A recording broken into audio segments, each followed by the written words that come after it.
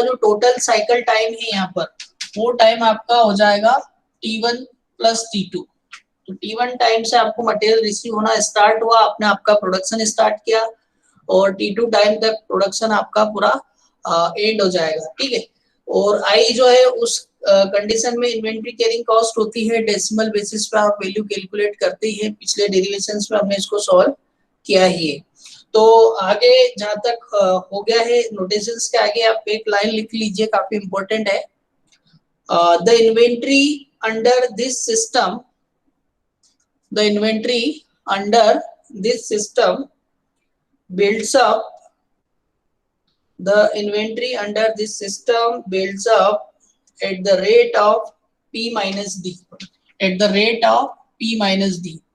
यहाँ पे जो आपका इन्वेंट्री बिल्टअप हो रहा है उसका रेट है P minus D, and it is maximum, and it is maximum at the end of production run, and it is maximum at the end of production run। तो ये प्रोडक्शन रन के and होने पर ये value maximum हो जाती है। देखिए किस तरीके से आपका जो सप्लायर है उसने T1 टाइम के स्टार्टिंग में इस पॉइंट पे आपको मटेरियल सप्लाई करना स्टार्ट किया, उसका प्रोडक्शन यहाँ से स्टार्ट हो रहा है, कहाँ तक प्रोड्यूस करके दे रहा है वो आपको टाइम T1 तक। तो आपने जितनी भी डिमांड उनको बोली थी वो टाइम T1 तक आपकी डिमांड कंप्लीट करके आपको दे देते हैं। आपका कंजम्पशन आपने स्टार्ट किया, मान लो वो कंजम्पशन टोटल चला आपका टाइम T2 तक, तो T2 आपका हो जाएगा टाइम फॉर एग्जॉस्ट और T1 हो जाएगा टाइम फॉर रिप्लेनिशमेंट। तो अगर इस पे हम देखें maximum inventory at the end of production run कितनी मिलती है, तो maximum inventory at the end of production run, production run कहाँ पे एंड हो रहा है, प्रोडक्शन रन एंड हो रहा है टाइम T1 के बाद, और इसी टाइम पे आपको क्या रिसीव हो रही है, मैक्सिमम इन्वेंट्री। तो मैक्सिमम इन्वेंट्री लेवल जो आपका होगा वो T1 के एंड में मिलेगा, जब टोटल प्रोडक्शन करके आपका सप्लायर आपको सप्लाई कर देगा टोटल मटेरियल। तो उस कंडीशन में इसकी जो टोटल वैल्यू होगी वो वैल्यू होगी P माइनस डी, क्योंकि इसका रेट कितना है, P माइनस डी रेट से आपकी इन्वेंट्री इंक्रीज हो रही है, B रेट से आपको इन्वेंट्री रिसीव हो रही है, D रेट से आपकी इन्वेंट्री जो है वो कंज्यूम हो रही है। तो नेट आपके पास इन्वेंट्री रेट कितना अवेलेबल रहेगा, P माइनस डी, और ये पूरा कितने टाइम पीरियड के लिए चल रहा है, T1 टाइम पीरियड के लिए। तो जो मैक्सिमम इन्वेंट्री लेवल आपका मिलेगा वो कितना होगा, P minus D into T1, P minus D into T1, ठीक है। नेक्स्ट इसमें अगर आप को एवरेज इन्वेंट्री की बात करें तो एवरेज इन्वेंट्री कितनी मिलेगी,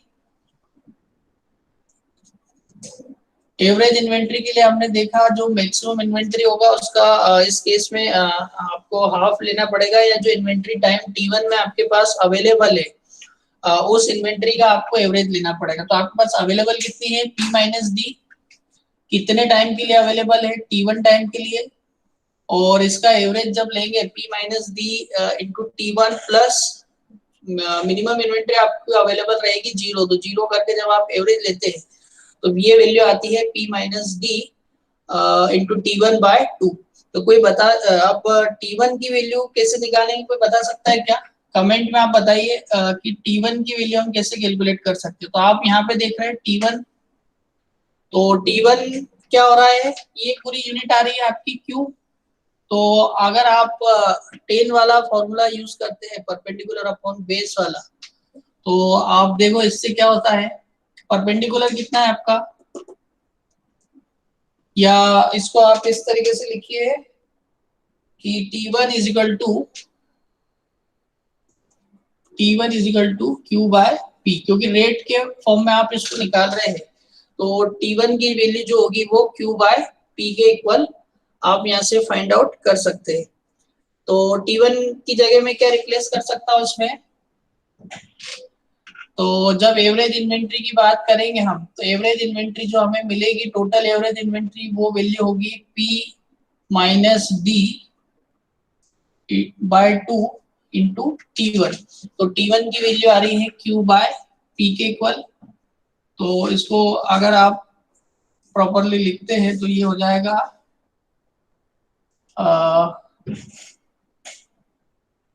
P minus D into Q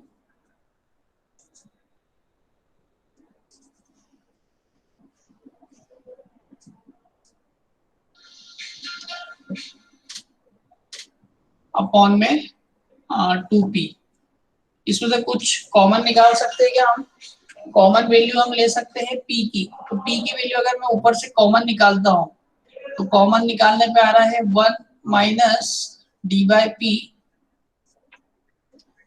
upon और साथ में मल्टीप्लाई में Q और अपॉन 2P।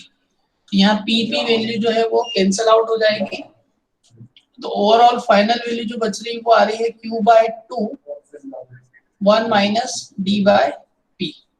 तो ये रहेगी average inventory. Average inventory at the end of time period T1।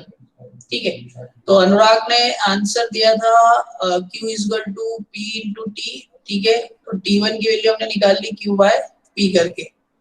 ठीक है, तो इस तरीके से हमने अभी तक जो कैलकुलेट किया है एवरेज इन्वेंट्री की बात की है, लेकिन एवरेज इन्वेंट्री के साथ जब भी बात होगी तो हमें निकालना पड़ेगा एवरेज इन्वेंट्री कैरिंग कॉस्ट। तो अगला जो इसी में हम लिखेंगे वो होगा annual inventory carrying cost. Carrying cost वो कितना हो जाएगा? वो हो जाएगा Q by 2 into 1 minus D by P into CUI। ये वैल्यू आपकी हो जाएगी एवरेज इन्वेंट्री कैरिंग कॉस्ट, जो कि एनुअली आपके लिए एप्लीकेबल रहेगा। अब इसी में आपको निकालना है एनुअल ऑर्डरिंग कॉस्ट। तो एनुअल ऑर्डरिंग कॉस्ट की बात करें, एनुअल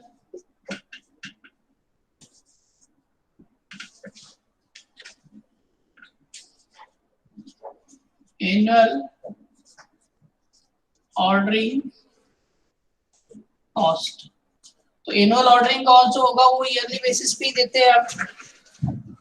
तो ईयरली परचेसिंग आपने कितनी की? एस, और एक बार में कितने का ऑर्डर दे रहे हैं? क्यू का, तो एस बाय क्यू।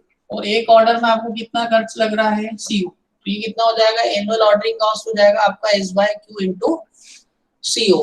तो आप जब annual variable cost of managing the inventory निकालते हैं, annual variable cost of managing the inventory, तो annual variable cost of managing the inventory वो आपका हो जाएगा E, और E की वैल्यू होगी E will be equal to ordering sum of the ordering cost is by Q into CO plus inventory carrying cost। तो inventory carrying cost हमारे पास है Q by 2 into 1 minus D by P into CUI। तो इस तरीके से इसको हम calculate कर सकते हैं। अब अगर हमें इकोनॉमिक ऑर्डर क्वांटिटी पता करना है, तो economic order quantity find out करने के लिए हमें लिखना पड़ेगा DE by DQ is equal to 0। अब इसका डिफरेंशिएट करके आप आंसर निकालिए।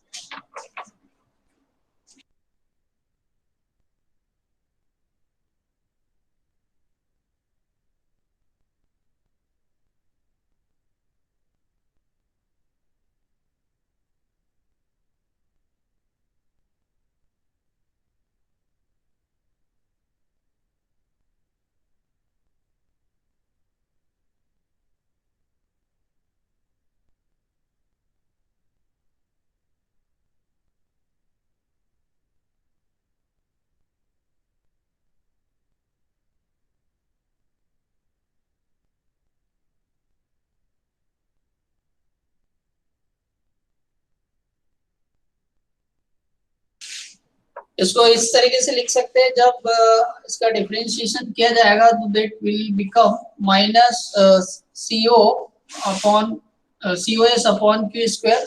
Q को क्यू के रिस्पेक्ट में हम डिफरेंशिएट करेंगे तो वैल्यू आ जाएगी 1 और साथ में आएगा 1 minus D by P into C U I. तो इस तरीके से इसको सॉल्व कर सकते हैं। मैं आपको फाइनल वैल्यू लिख के बता रहा हूँ कि इसको फाइनली क्या मिलेगा हमें।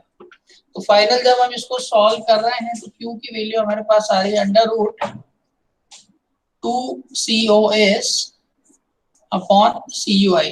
इसके साथ एक नई टर्म जो रहेगी फैक्टर में आ जाएगी 1 माइनस डी बाय पी।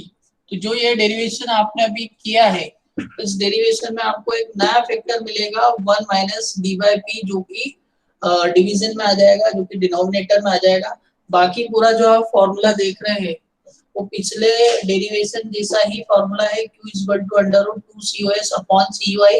इसमें नई चीज जो है वो आ जाएगी मल्टीप्लाइड में 1 माइनस डी बाय पी। तो इस तरीके से आप जो भी प्रोडक्शन मॉडल वाला कुछ भी केस आपके सामने मिलता है तो आप उसके लिए इकोनॉमिक ऑर्डर क्वांटिटी की वैल्यू फाइंड आउट कर सकते हैं।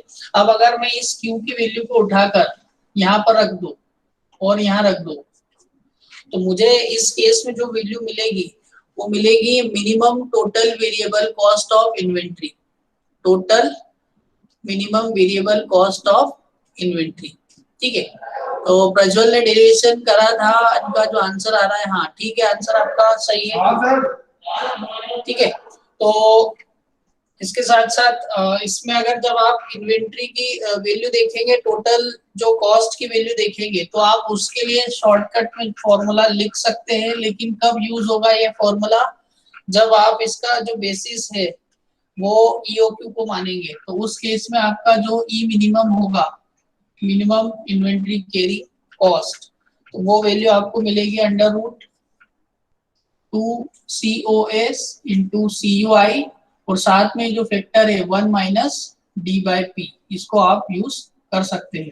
ठीक है, तो इसके अलावा आपको जो number of orders find out करना है या फिर time between the various orders है, तो ये चीजें भी आप यहाँ से कैलकुलेट कर सकते हैं। ये सिमिलर ही रहेगा जैसा कि पिछले डेरिवेशंस में आपने इसको किया था। तो ये डेरिवेशन हमारा कंप्लीट हुआ है। तो हमने आज 2 नए मॉडल्स देखे हैं और नेक्स्ट जो लेक्चर हमारा रहेगा तो उसमें हम इन मॉडल्स से रिलेटेड जो न्यूमेरिकल्स रहेंगे उसको हम सॉल्व करने के लिए ट्राई करेंगे। तो